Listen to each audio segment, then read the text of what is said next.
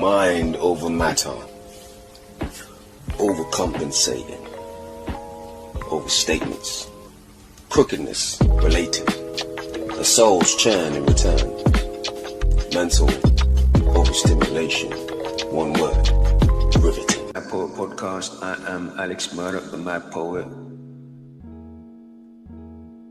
Hope everybody's doing well, and it's great to be here.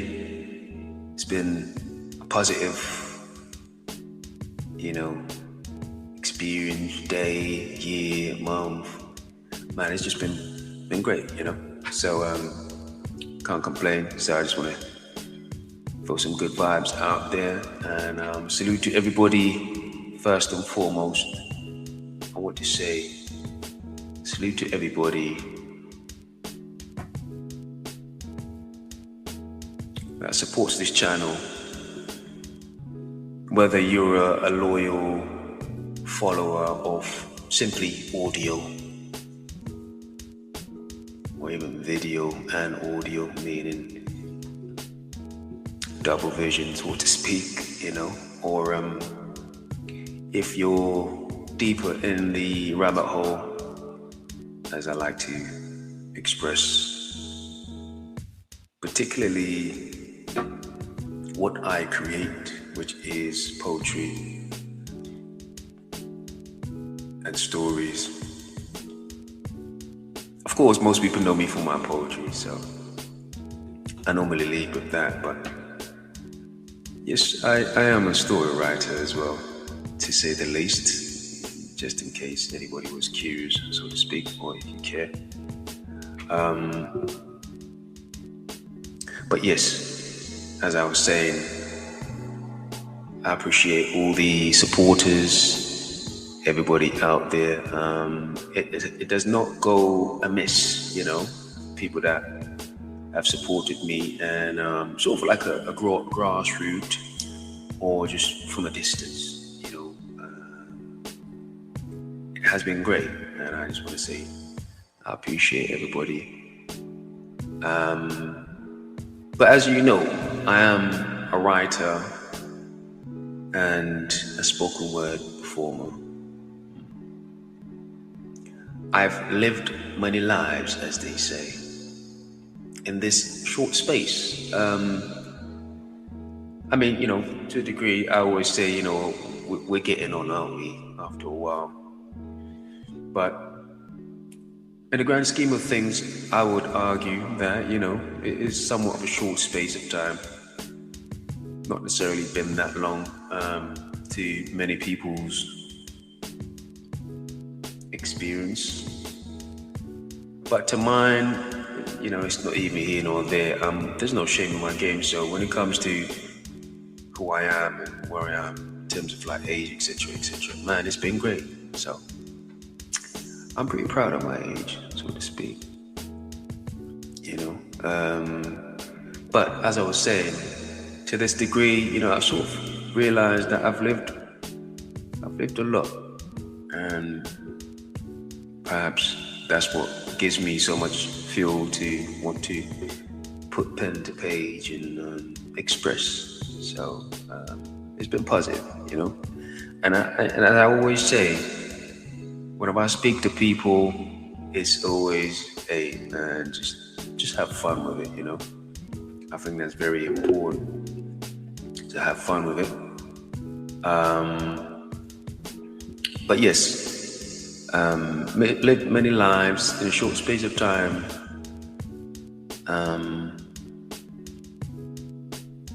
I've been on this rock.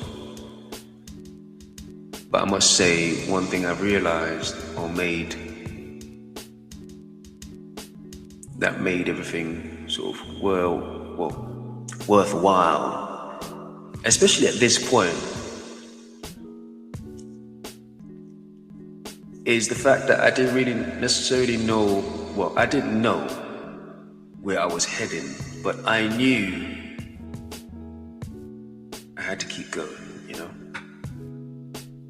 It is daunting. Absolutely, it is. It's such a daunting concept to live. I would imagine a lot of people may argue. just like myself.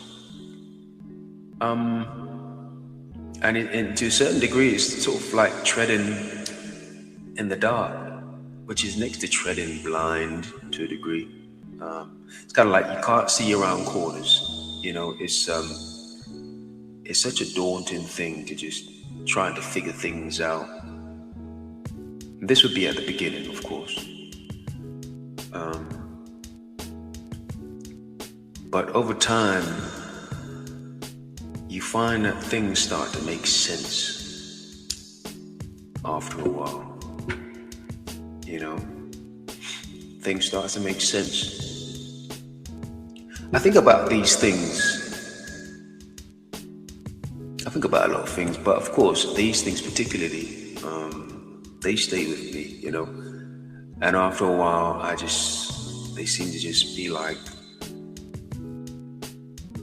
a cyclic, if that's a word, a cyclic sort of situation where it comes, it goes, but it always comes back around, and it just got you back in that space where you're thinking about it again. And so I'm in this space thinking about it again, just like I'm doing now, and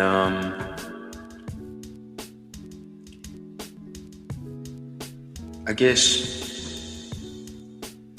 I have the chance, I've been given the chance through my many endeavors where I end up here to express so many different things, especially my vision, viewpoints,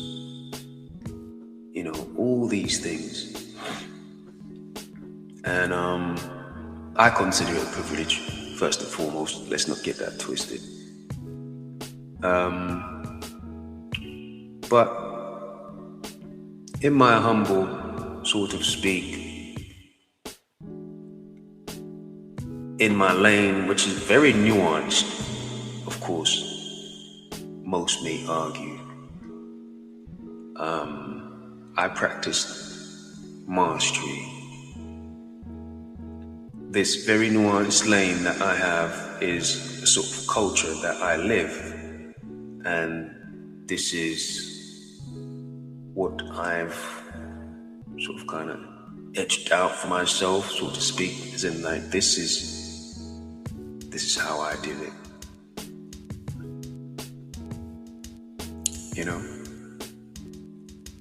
One may argue could be certain people a sort of doctrine, maybe a creed. Certainly not a religion. But I would argue it's a way of life. I'll go with that for sure. But I remain a student of many other masters, if not of their craft, but of a certain belief, of a certain understanding about an aspect, or, as we just said, a nuanced place of being, I think that's very important to have an understanding on, for sure. So that's the way I see it. Because in my opinion, there is no thing as a rival, when you live a certain life with a certain discipline, or in essence what I'm saying is being a student. You are either in it forever, or you were always a part-timer. And what I mean by that is, when it comes to, like I said, just being a writer or just an artist, which, somewhat coincide. It is exactly, that's the way I see it, it's like a lifetime commitment, lifetime job, a certain nuanced way of living, a certain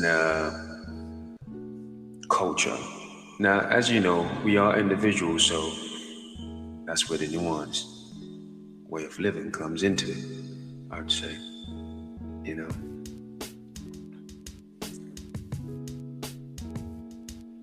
It may sound harsh, when I say part-timer, but it's the most subtle way I can put it. Another thing about the mad poet being me, I try my best to always be honest. So I'm brought to this place of my journey where I've created this world around me, in essence, through my own lens of creativity, poetry, talking about the complexities of the human condition and many things we all go through as beings. Now, I pretty much, like I said, I'm a student, so I probe into anything that comes my way, but I think you do something long enough, you become a specialty, there's a specialty there, or you have a speciality. Or you develop a certain niche, and I think mine is human condition. And so a lot of things I create, it goes towards exploring the human condition. These experiences that I've had, it could be argued they connect to so many people, so many other people's experience and what they're going through, which is the point I'm trying to make.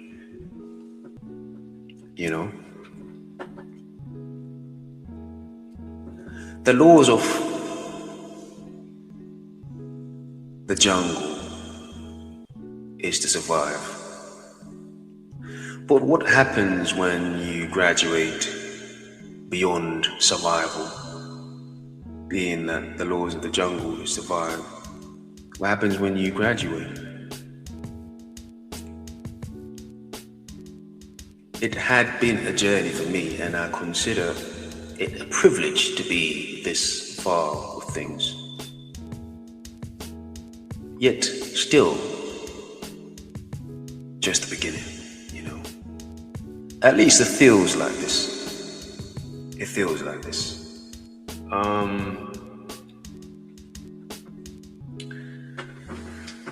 Pardon me. I have something to show you.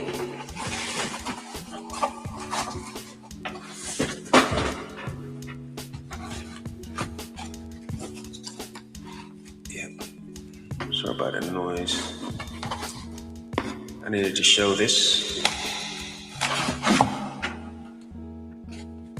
It's sort of like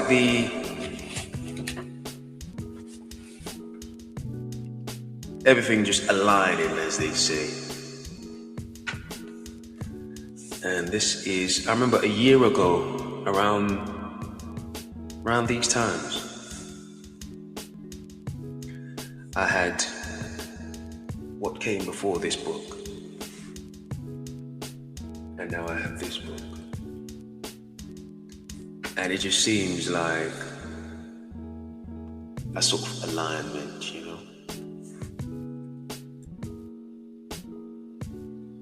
Yeah, excitement. So this is Alex Murdoch, the mad poet, poetry before I self-destruct.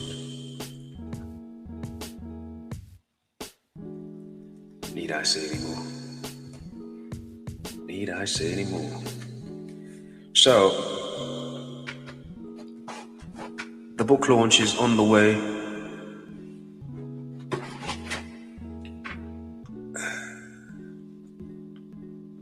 The 18th of this month, which is June, at the Fire Pit Art Gallery, you will find me and my supporters.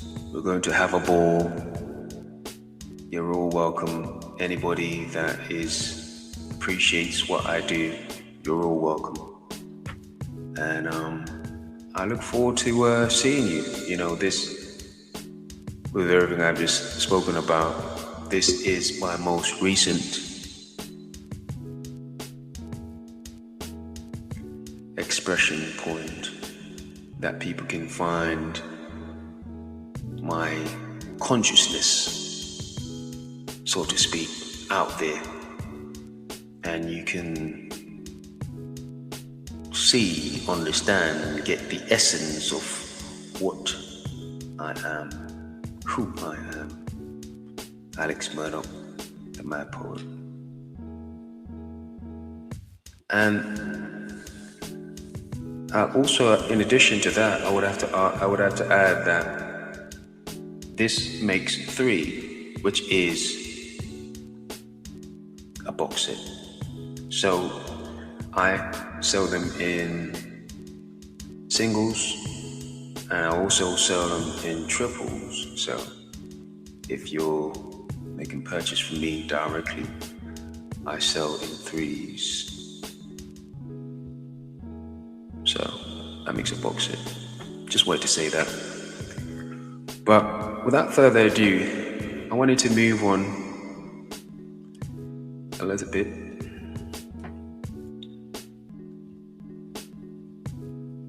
A piece for you, or should I say a quote from a piece. There's the piece for today. A walk in depletion got me twinging at the mission, dragging no passion, all fodder but no cannon. Imagine Mad Poet without a throat, just a boat with no paddle, as a bike with no spokes.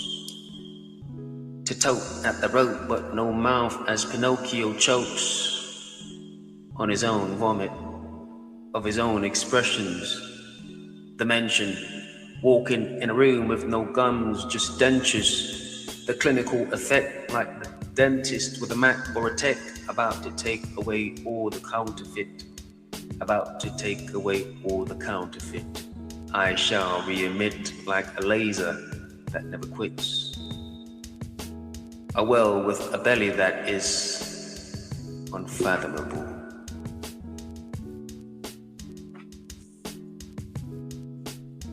That last line, unfathomable. A well with a belly that is unfathomable.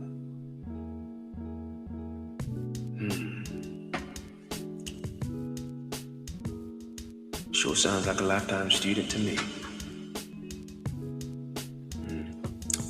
I just wanted to say that.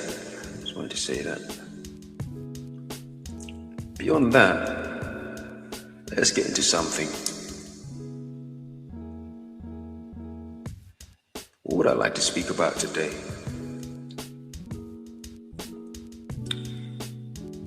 I'll begin like this. How is it moving for you? Fast or slow?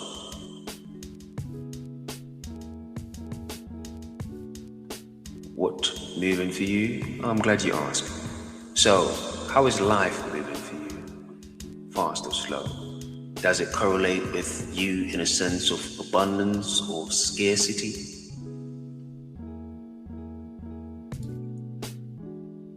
If I could scrutinize or marginalize a little bit, I would say if you connect with this concept with abundance, meaning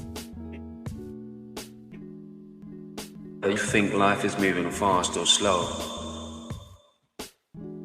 if you connect in a way that, you know what, is somewhat with abundance, then I would imagine there's some form of alignment there, meaning, life is moving the way you want it to move. Ergo, life is somewhat connected to a certain level of purpose, I would say. I think that's what we're looking for, that purpose. But let me not drag too far ahead before I've, just laid out all my cards.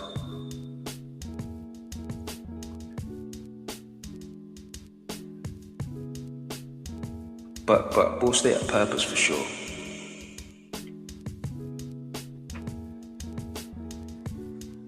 Purpose in life. It speaks to a sense of, of course, let me not forget the other side.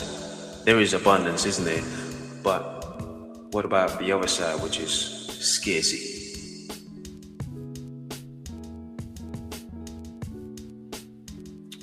If you're connecting to this, fast or slow, with a feeling of or sense of scarcity, like things are gripping at you, or like a sense of discomfort, I'm not right, things don't feel right, etc. Your instincts, etc. Kicking in. This is not right.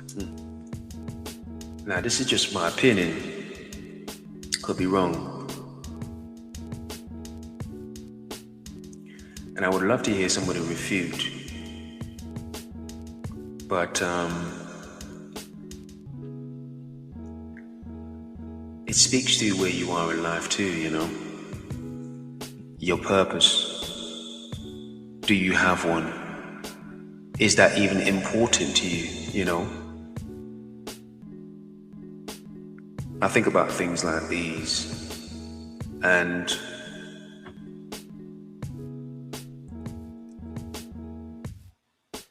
I would argue these are defining factors, especially when you get to a certain level, a certain stage of your life. And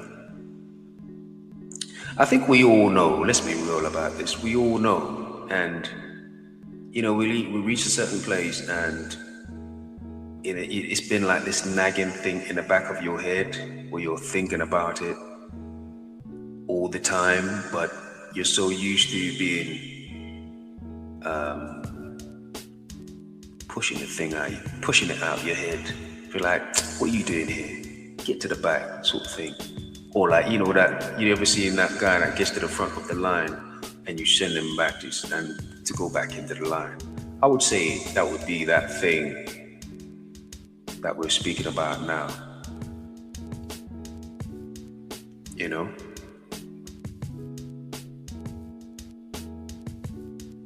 But in the meantime, let's explore this idea of purpose. Going back to the abundance now, or just to stay with purpose. A sense of being, a path, doing in relation to why you're here, purpose. If you've advanced to this level, then things are set in stones. Stones make solid foundations, correct? If justification, well, that's the thing, justification becomes optional. Meaning, you can justify a purpose or the purpose, but it's not really necessary. Perhaps I'll speak for myself at this part. Or I'll give a subjective take to a degree. Hint, hint. And then, we'll go from there. It is not a matter of, and this is just what where I am right now, perhaps. It is not a matter of justification. It's a matter of order. For some reason, I found in that statement a sense of pureness, pureness, and somewhat of an archaic type of resonance, pureness and archaic resonance. Archaic values even that predates when we were beings of mere instincts. If you're talking instincts, you're speaking of the unconscious.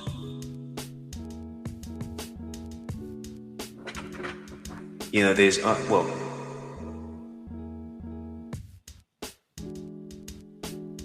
let me just interlude right here and just extend that statement. If you're talking instincts, you're speaking of the unconscious, which is primarily an archaic place anyway, or primarily, like I said. According to Carl Jung,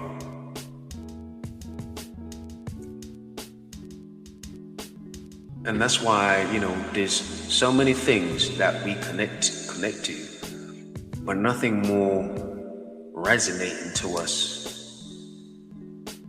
but to do with values of, archaic values, basically. And I find this so intriguing, and there's so many depth to go to it, but I thought it was important just to share this and just, explore this side of things, for sure.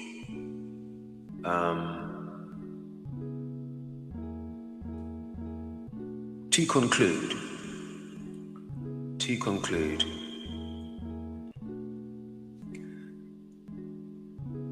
this is how this is just my take on things. Somewhat philosophical, but make of it what you will. Conviction is the dam that tips. To feel the person that is constant. Hence, you become a person of purpose.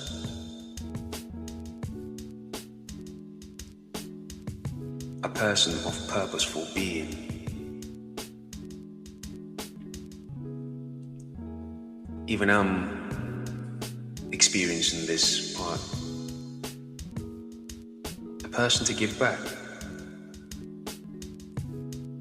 A person to continue to feed this stream. Or a person to add to this flame. To make it bigger. For somebody else,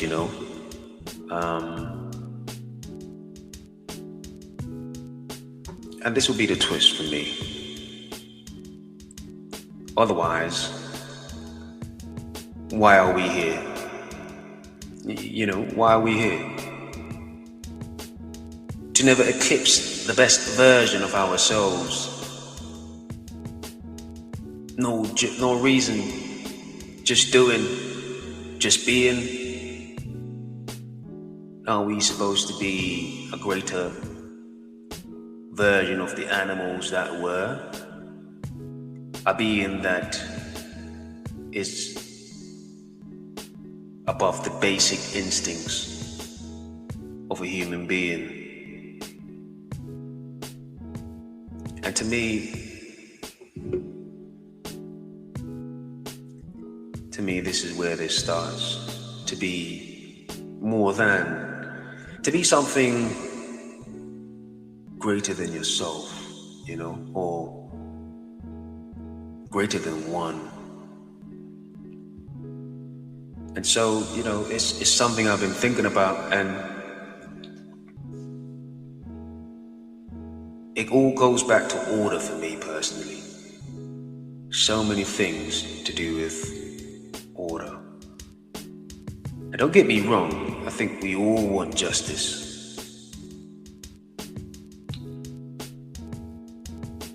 But justice means nothing without order. And I don't know, for me, it's just right there. It just sticks right there. But, yeah. So this is something that's been clicking in my head, and I just wanted to, I thought it was important. But I would love to hear people's thoughts, opinions, disagree or agree. I love it all. I would love to hear your take, because this is about dialogue, and I think it's important to speak about these things. But yes, and as I said at the beginning, I appreciate, all the supporters and people that have supported me, support this channel, and support what this channel is about. June the 18th, the Fire Pit, 7 to 9, Fire Pit Art Gallery, 7 to 9. Poetry event, Before I Self-Destruct, is out now. I will leave a link and a link to Eventbrite for the event also. But yes, I would love to see some supporters, faces that I've never seen, faces I'm familiar with, faces that just knew me, faces that have known me for a while, faces. And don't forget to say hi. It'll be a pleasure to see you. Until next time, I'm Alex Murdoch, the Mad Poet. Take care.